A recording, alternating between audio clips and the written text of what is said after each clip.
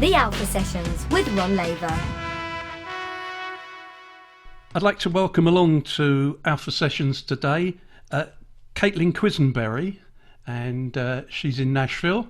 How are you today, Caitlin? I'm great. How are you? Yeah, I'm fine, thank you. It's lovely to see you. You as well. You grew up in Denver, I believe. I did, yes. Can you tell us something about what life is like in Denver? I imagine lots of snow and skiing and things like that. Is that, yes. It's amazing because it does get very cold, but it's always sunny there. So it's nice to always have the sunshine. I pretty much lived my entire life in Colorado. All my friends and my entire family actually still lives there. But and then just about a couple months ago, I moved to Nashville, Tennessee. Okay, because you've been, you've been putting out, I think you've put out about 5 singles this year, right, starting from the beginning of the year. Were some of the earlier ones that you did recorded back in Denver? No, so actually all of my songs were recorded in Nashville. But I was living in Denver at the time. So I was actually, the way it all happened for me was I was actually taking a gap year. I just graduated from Pepperdine University. And I was taking a gap year studying for the LSAT. I was going to go to law school and become an entertainment lawyer. I knew I wanted to be in the music industry, but I just went the very logical route. And I was like, well, I'm going to be an attorney and actually make money. And so that's what I was doing. And I started to really miss having singing in my life.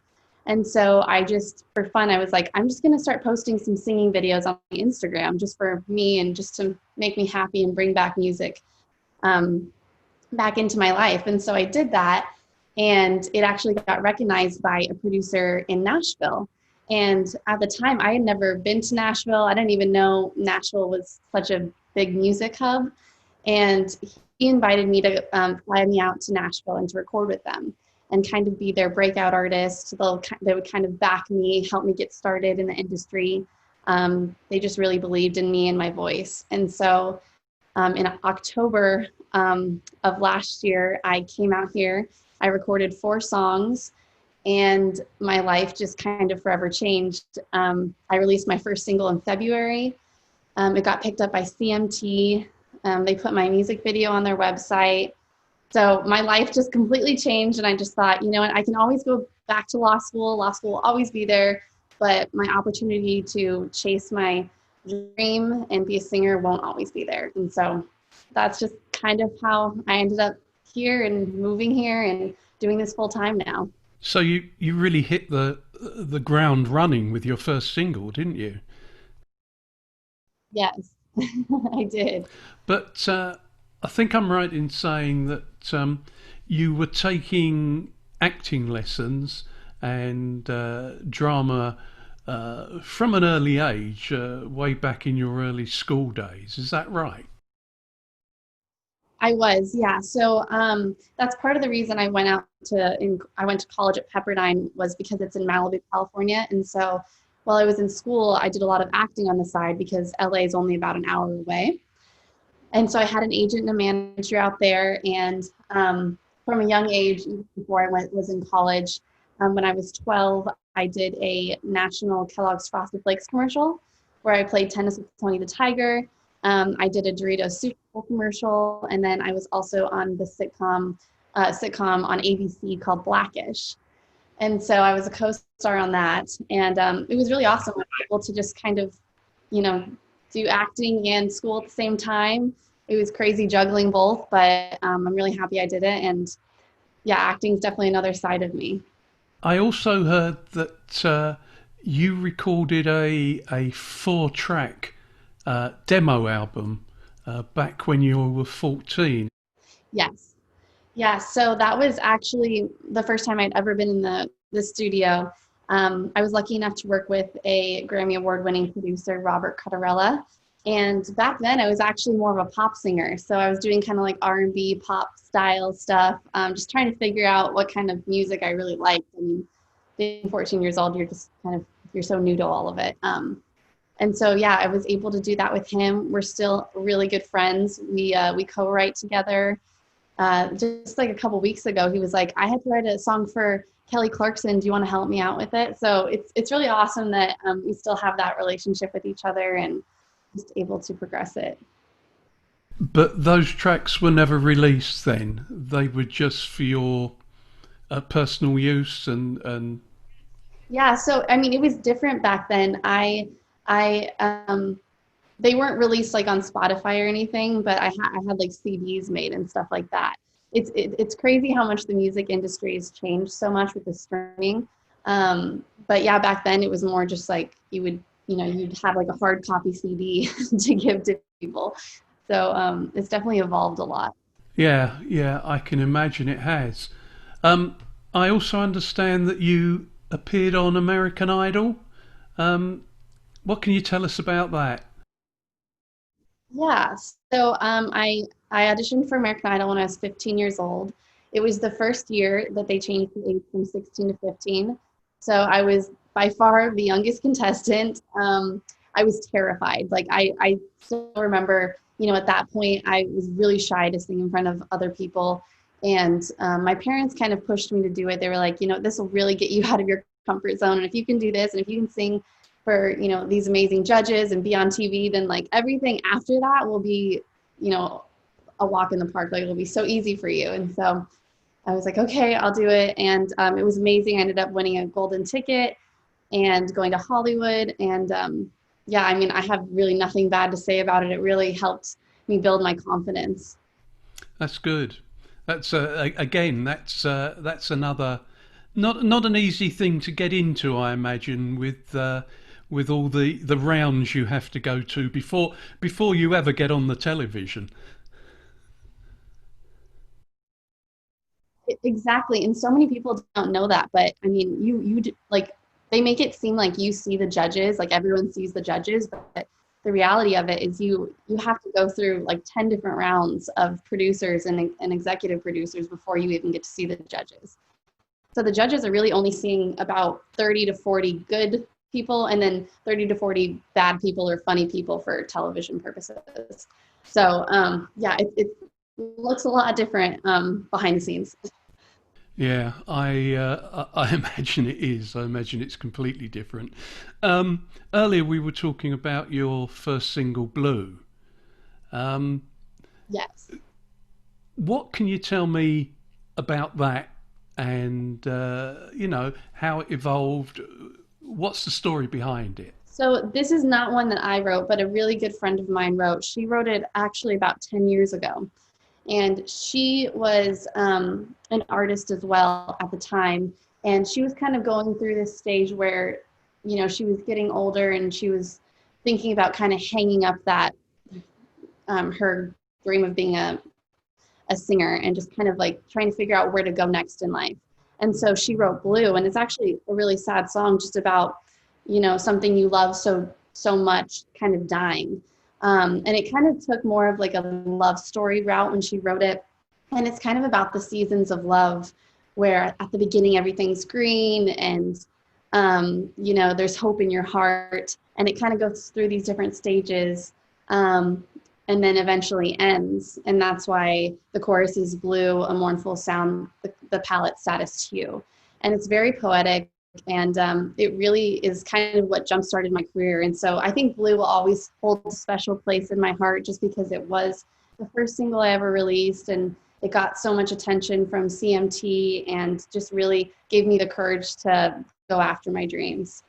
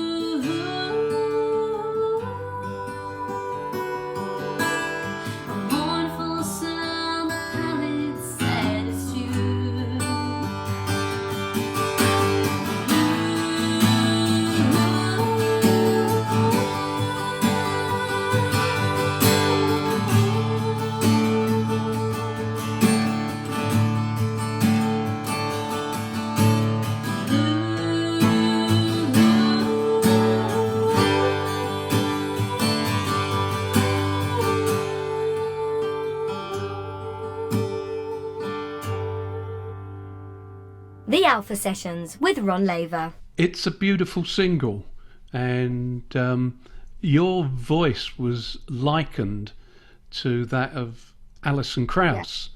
And having listened to the acoustic version, I can really see where that comes from. Oh, good. Well, I'm a huge bluegrass fan and a huge Alison Krauss fan, so that's awesome to hear. Your last year in college, you were lucky enough to travel to Lucerne in Switzerland to study opera. I was, yeah. So, well, it was amazing. I actually went my sophomore year of college. So I was 19 and I turned 20 while I was in Switzerland. So I was pretty young. It was awesome though. I was there for about 6 months, and usually when you're a vocal performance minor or you have an emphasis, Pepperdine doesn't allow you to go abroad just because I was in the top choir. I had to learn my music. We were going on tour to Prague in Italy that summer. And so they were like, we can't just go off to Switzerland for 6 months. Like, we need you in our choir. And so I made a deal with them. I said, well, I will find an opera singer at the Lausanne Opera House, and I will go there 3 times a week, and I will learn all my music, and she can train me while I'm over there. I just asked them if that was okay to do, and they agreed to it, which was amazing. So I got to study abroad, and I also got to be classically trained in Switzerland. And so it all worked out. I got to still go on tour that summer with my choir, and it was amazing. I mean, I learned more from my teacher in Switzerland in those 6 months than I've probably ever learned in my entire singing career, just because she was so strict on me. She used to, she would tap me on different parts of my body if I didn't have proper posture, or if I wasn't controlling my breath properly. And it was funny because that's how we communicate to each other, is through our body language, because she barely spoke any English. I mean, she was pretty much all French.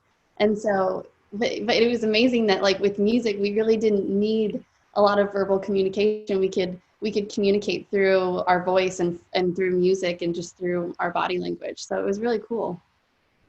What a fabulous opportunity for you. Yeah. We were talking about the 4 tracks that you recorded when you were younger, and you said they were pop rather than country, and also you've studied classical opera.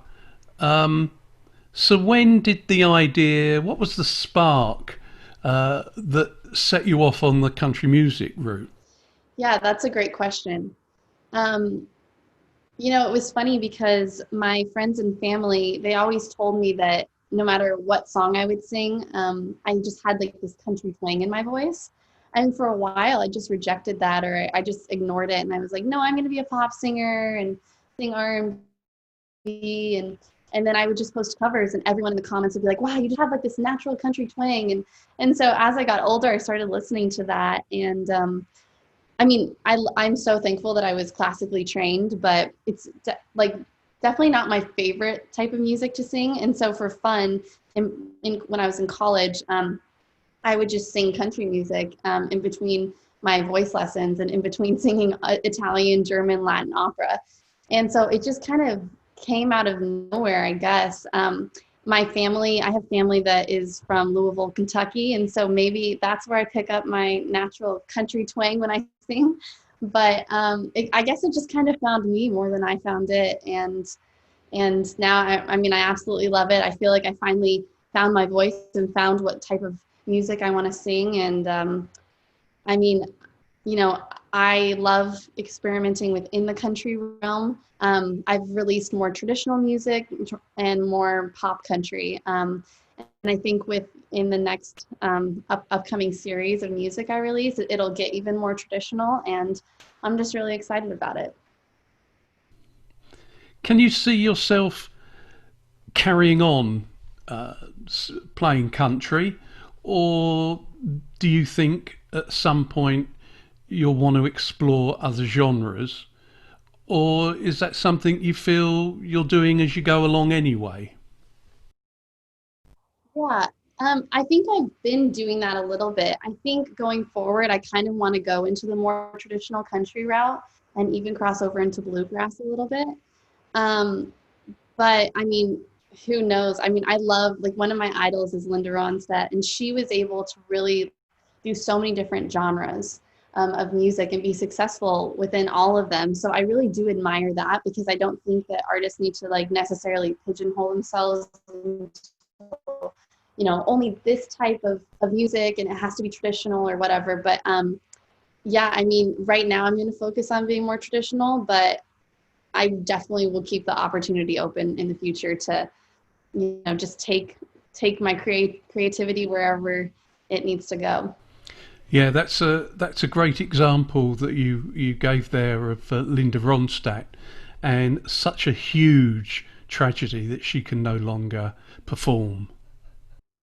A documentary come out about 6 months ago that I was able to see in the theaters before everything locked down, and it was amazing. So I definitely recommend it for anyone who doesn't know a lot about her, to look up her documentary and watch it, because it's really amazing.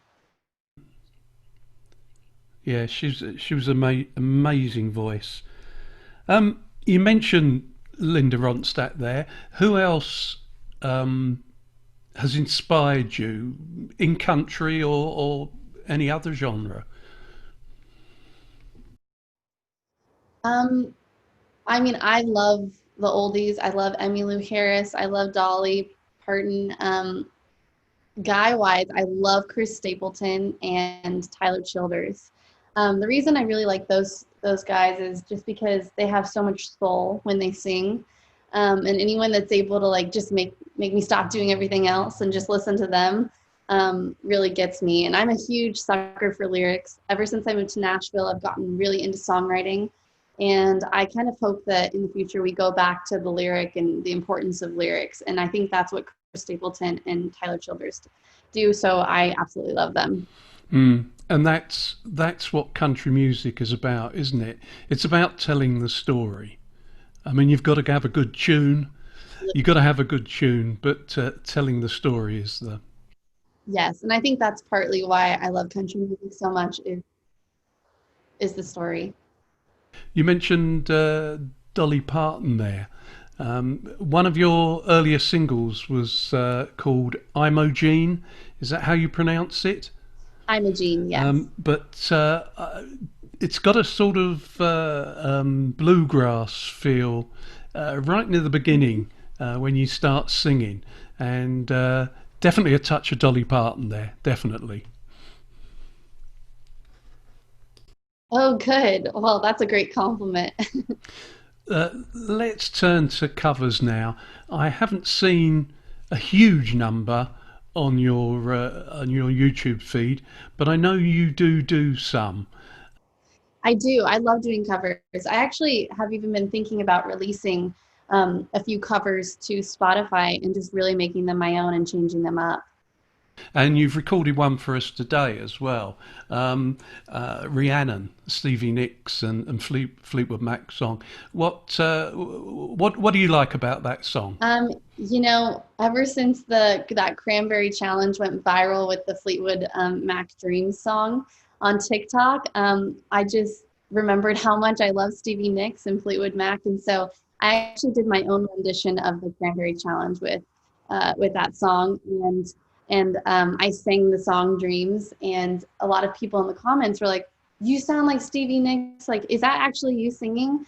And so I was like, "Oh my gosh, I got to do more Stevie Nicks covers." And so that's why I chose Rhiannon to sing today for this interview. And yeah, I mean, I kind of made it my own, and it's kind of a song that I've been thinking about releasing as a cover on Spotify.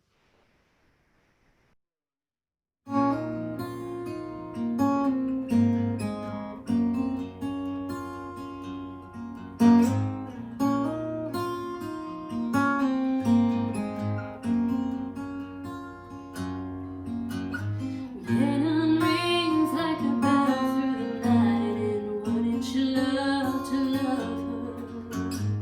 Takes to the sky like a bird in flight, and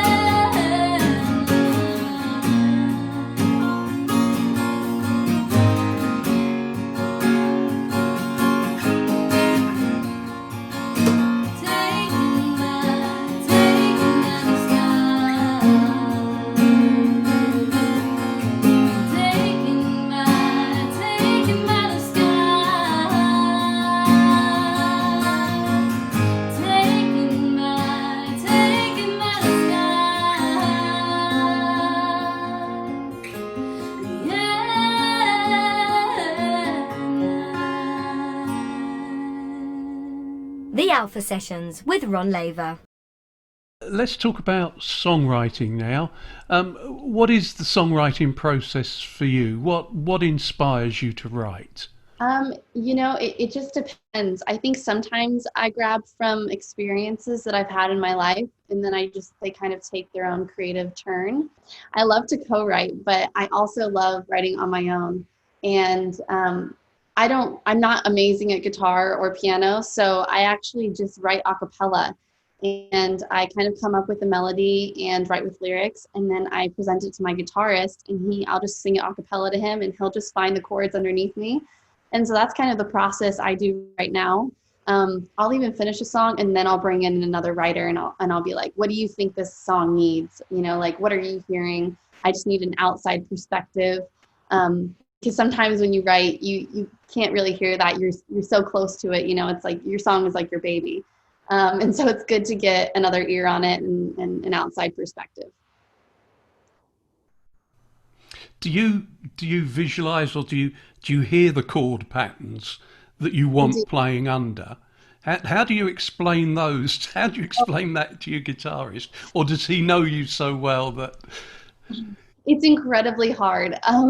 It's really funny because he'll be like, well, like, do you like this way? And I'll be like, no, not like that. And he'll be like, okay, do you like this? And I'll be like, closer. And he'll be like, okay, how about this? And I'll be like, yeah, that's it. So it's kind of like a trial and error thing, because I definitely hear it in my head, which is weird because I'm really not awesome at guitar. I'm actually learning. He's teaching me. We're going to do guitar lessons once a week.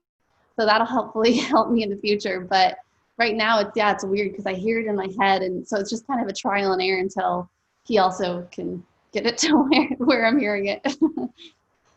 Well, the important thing is that you know what you want, and you can explain that to the musicians. I guess you've got a pretty good guitarist there who can help you out as well. I do. I have an amazing guitarist. I think I've read or heard somewhere that you do actually sometimes record a cappella.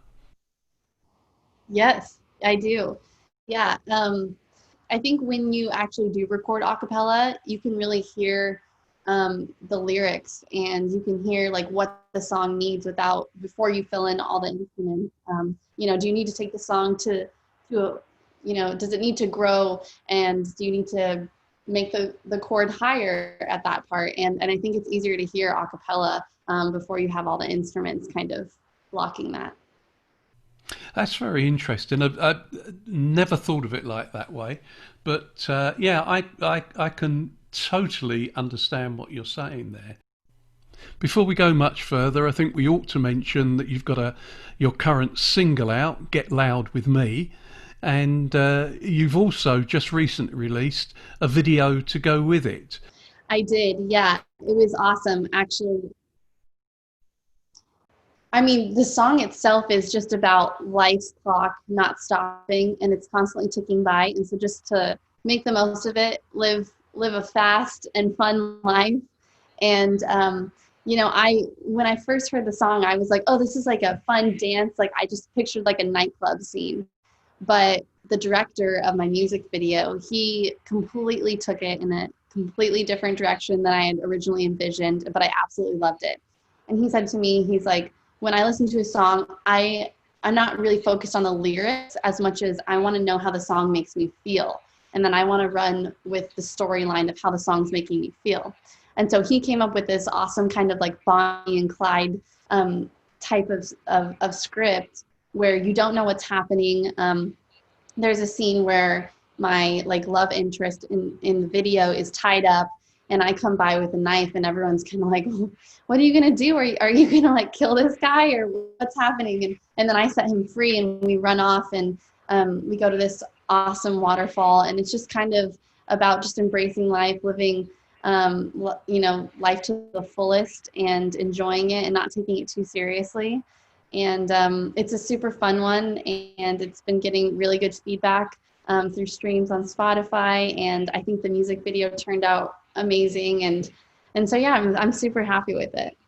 I really enjoyed the video, and particularly the part you were talking about there about the mounting waterfall and the pool below it. Was that somewhere in the Denver Rockies? No, so it was all filmed in Nashville. Part of it was filmed in Franklin, which is 30 minutes outside of Nashville, and then the other part, the waterfall, is about an hour outside of Nashville. But I never knew this about Nashville, but we have like 10 different waterfalls all around the city, and they're all beautiful. And so I just had the idea, I was like, we have to use this. I mean, you don't get that everywhere. And so yeah, it was all filmed here. I was wondering how you feel about having grown up and now performing music in the modern era, when it's all about social media and making videos at home and getting them out there for people to see. People who won't, most of the people won't have ever seen you play live. How do you feel that against 10 or 15 years ago when you went out and played live and a record company would take you on, they'd make a record, and then hope to get it played by the radio DJs and move from there? Yeah, I mean, there's good things and bad things. I guess with COVID hitting, it's been amazing that I was able to start my music career in February, right when this happened, and still be able to get my music out to listeners and still get feedback through social media and build a fan base through my Instagram and Twitter and all the other outlets we have. And so that part of it is amazing. But there's also other aspects that I think are really hard. Now record labels are looking at you kind of, they'll come in when you kind of have established everything else. Do you have a following already? How many subscribers on YouTube do you have? How many Instagram followers do you have? And then if all those numbers make sense to them, then they'll kind of come in and sign you. Where it used to kind of more be, they just hear you at a bar and they're like, oh, who's that? We love your voice. Like, we'll sign you. So there's good and bad things. But I guess the positive right now is with COVID and a lot of live shows not happening. It's been awesome to have the internet and be able to still do what I love to do. Do you think then that it stands you in better stead as an artist if having built up your own following, a record company came to you and said, okay, we want to take you on? Because traditionally it was quite well known that they would say, take you into a studio, give you a song to sing, tell you how to sing it, how to play it.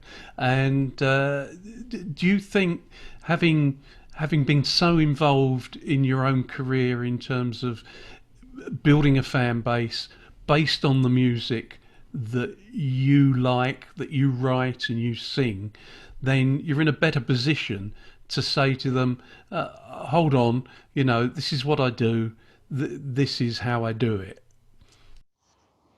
Definitely. And I think a lot of, independent artists have become such a thing because of the internet. And it was really almost impossible to be an independent artist 15 years ago.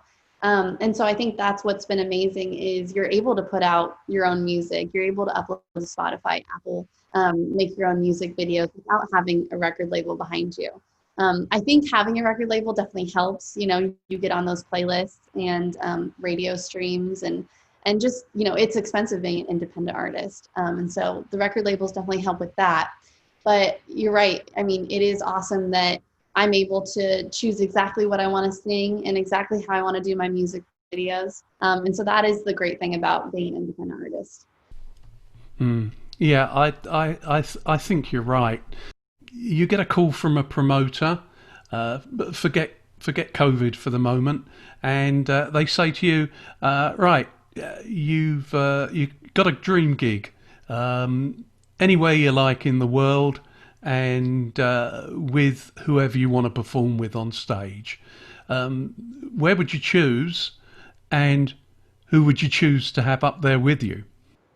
I think it would definitely be at Red Rocks Amphitheater in Colorado. That is like such a staple place. I've been to so many concerts there, and I know for many artists, like that is number one on their list just because it's such a beautiful venue. And it's outside and, you just feel one with nature. So I definitely want to do Red Rocks. And then I would probably do it with Chris Stapleton. I watched the CMAs last night and I just thought his performance was so amazing. And he's always been a favorite of mine. I've always told people, like, if I could be the female version of Chris Stapleton, like, that would be amazing. And I just love his songwriting and his voice. And so I think I'd perform with him. Excellent choice. I'm going to have to find out more about Red Rock because most of the US artists I've talked to, that's where they choose. And to be honest with you, I hadn't heard of it before. But I mean, it sounds like a fabulous venue. Oh yeah, you have to check it out. And plus, being a Colorado native, I have to say that. I mean, I grew up, hiking those rocks, and going to different concerts my entire life. So. Yeah, well, I wasn't totally surprised by your answer, but yeah, it's on my bucket list now. Okay, going back to your music again.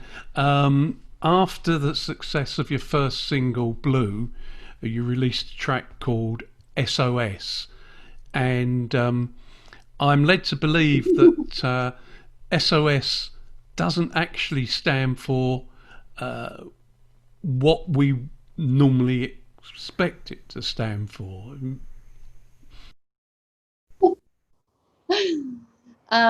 So it does. It actually stands for like same old SHIT. Um, I don't mind cussing, but I don't know about your viewers. So, but yeah, it's kind of funny because it's a breakup song, and it's about this guy, how she keeps giving him another chance, and he keeps promising that it'll change, or he keeps winning her back over with gifts and nice things, and she's like, no, like different night, same old SHIT, like I'm done. And it's actually like a really empowering song because it's about a girl finally saying like, no, enough is enough. I'm going to stick up for myself. Like, we're done. And I remember when I released the song, I told everyone on social media, I was like, okay, my next song is SOS, but it's not what you think it is. Like, it stands for something else. And so we had this huge guessing game, and people filled the comments, like 100 comments of all the different things they thought it stood for. And I was like, whoever guesses this, like, I'll give you a free like CQ hat. And it was super fun. And yeah, you're right. It doesn't stand for what you think it does. Okay, well, we're going to hear a live acoustic version of that track in a minute. But just before we do, what's next? I just recently I'm looking for a new producer that I just kind of want to take my music in a different direction. I've been able to write with amazing people since I came to town. I'm writing with Zach Brown's Right Hand Man right now, and just a number of awesome other songwriters. And so I really want to start like writing my own music. I have a couple recorded right now. I'm just working on some instrumentation pieces of it. And I just really want to create this sound for myself where like when you put it on, it's me singing. And you can just tell from the production of it and the way my voice sounds. And so I'm super excited about my next upcoming releases. There'll be songs that I wrote, and yeah, I'm just looking forward to that, and just really kind of going more into my artistry and finding my own unique voice. Well, we'll certainly look forward to hearing some of that new music in the near future. In the meantime, I know you've travelled in the UK before, but is there any chance we might see you over here performing? Oh my gosh, absolutely. I mean, I absolutely love traveling. It's killing me right now that I can't go over there right now because I have the travel bug for sure, and absolutely love London. I've been there probably 3 times, and I've been a couple other places too in like rural England, and it's so beautiful, and I hope to be back there soon, and I hope to be able to play some shows over there as well. That sounds great. And if you do manage to get over, we'd really love it if you'd come over to our studios, small but intimate studio, and in North London, and play for us live. That's what we started all this doing, and like you, we can't wait to get back at it, and you'd be more than welcome. Well, thank you so much. I'd absolutely love that. I hope we can do that someday soon in the future. That'd be good. Okay, well, for the moment, it's time to say goodbye, and just wish you luck with all your current ventures and single releases coming up. You as well. Thank you so much for this interview, and it was so nice meeting you. 1, 2